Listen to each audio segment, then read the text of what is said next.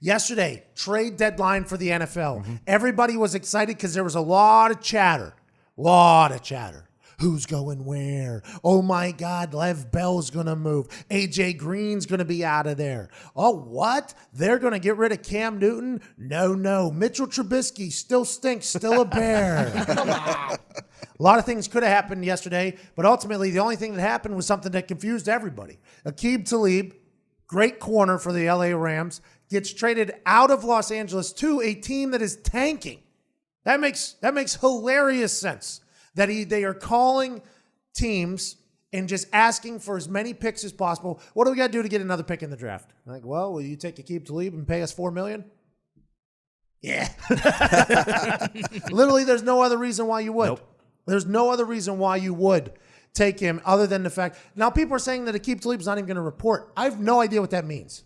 So Aqib Talib is just not going to go to the Dolphins now. He got traded to the Dolphins. A lot of people are like, but will he ever play? I have no clue what that means. So Aqib Talib is just going to pull a Jalen Ramsey, like, my back hurts, I'm sick, my wife's pregnant. Or he's just saying, no, I'm not playing for that team. I don't understand how this works. Will he still get paid? I've met Aqib Talib, by the way. I think everybody knows him from chain snapping and stuff like that. Mm-hmm. Good dude. Like, when you know him, good guy. I would assume he'd be great in that locker room. Would the Dolphins want to bring in a guy who could potentially motivate that team to win a game? There's no way they would want to do that. Absolutely not. So are they calling Aqib Talib and just saying, hey, man, sorry for what happened, but your season's done. We'll get rid of you during the offseason. Like, I don't understand how most people are saying he's not going to play a game. It's like, oh, so he just doesn't show up? Like, does he still get paid? I have questions. I have a lot of questions on how that works. Well, it was definitely for the Rams a clear cap space so that they could probably pay Jalen Ramsey.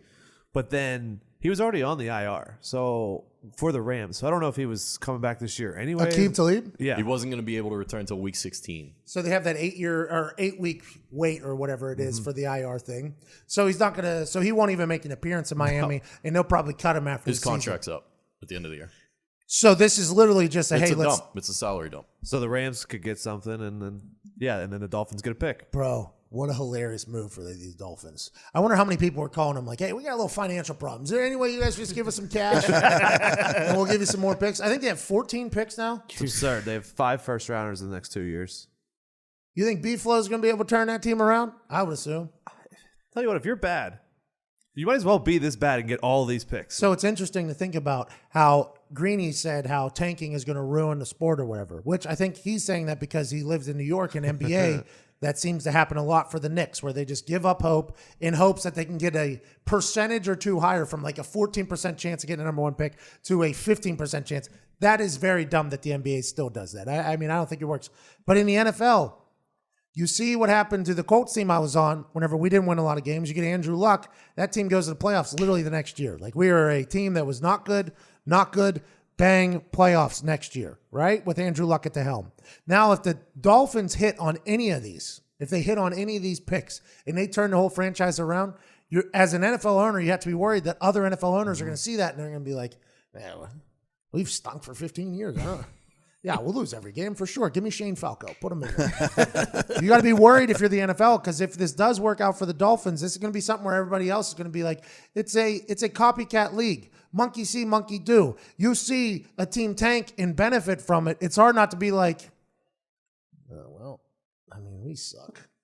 Why don't we suck the most and then potentially be good at some point? That would be great. And if it works for the Dolphins, you're going to see other teams start doing it.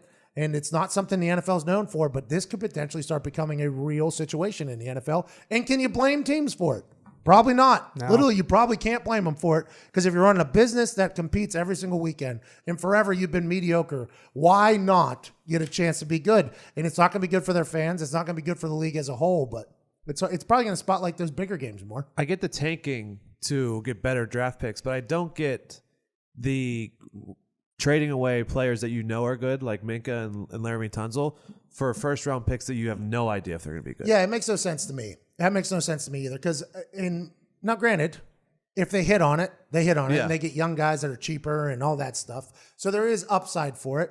But I've sat through too many drafts with a team and saw them hit on 0 picks to ever think that I am going to rely on building a draft. If you're going to build your team through the draft, which a lot of teams do, Patriots do it, Packers do it. The Colts back in the day used to do it. Steelers do it. I mean, most of the great franchises build through the draft. That's always been the standard.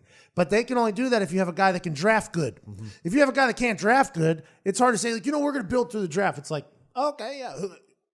You're going to put it in that guy's hands? And that's what we had. Bill Polian. Then we went to Grigson, and Grigson had 0 draft experience before that. And I think Jim Irsay was like, okay, I like this guy. I like the way he scouts. He does these things. Let's just assume he'll have the same success in a draft as Bill Polian. That ended up biting us in the ass. And then we had to spend a lot of money in free agency because we started missing on things, which is kind of the reactionary issue, right? Now, some teams have won in free agency. The Los Angeles Rams won in free agency. That is something that they've done. I don't think that's the standard, though. Seattle Seahawks are another team. They built through the draft. They had that Legion of Boom, 5th-round picks making a lot of money. Then they couldn't pay everybody. Now they're trying to do it again.